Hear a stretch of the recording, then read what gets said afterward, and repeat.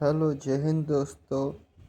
આજ 6 મે છે ને 6 મહિના કરંટ અફેર્સ આવી ગયું છે.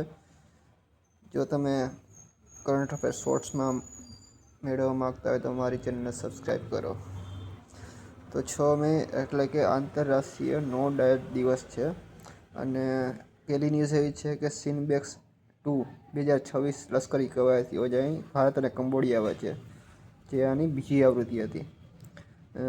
બીજી ન્યૂઝ એવી છે કે ઝારખંડ રાજ્યના હજારીબાગને પ્રધાનમંત્રી મત્સ્ય સંપદા યોજના હેઠળ ભારતના પ્રથમ મોતી ક્લસ્ટર તરીકે સૂચિત કરવામાં આવ્યું છે, એટલે કે અહીં હવે મોતીની ખેતી થશે. અને ત્રીજી ન્યૂઝ એવી છે કે ભારતે ડેનમાર્કમાં યોજાયેલા 2026માં થોમસ કપમાં બ્રોન્ઝ મેડલ જીત્યો છે. અને થોમસ કપ અને ઉબેર કપ બેડમિન્ટન સાથે સંબંધિત છે, એ આપણે ખાસ યાદ રાખીશું. ચોથો ન્યૂઝ એવું છે કે એડમ સ્મિથનું પુસ્તક ધ વેલ્થ ઓફ નેશન્સની 250મી વર્ષગાંઠ ઉજવણી કરવામાં આવી.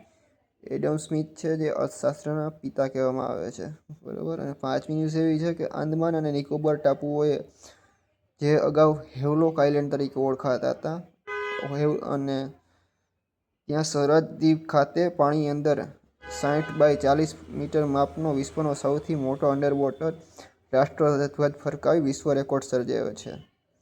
અને છઠ્ઠી ન્યૂઝ એવી છે કે એપ્રિલ 2016માં શરૂ થયા પછી યુનિફાઈડ પેમેન્ટ ઇન્ટરફેસ એટલે કે યુપીઆઈના 10 વર્ષ પૂર્ણ કર્યા છે, જે આપણે રિયલ ટાઈમમાં પૈસા મળી જાય છે યુપીઆઈ દ્વારા, એના 10 વર્ષ પૂર્ણ થયા છે.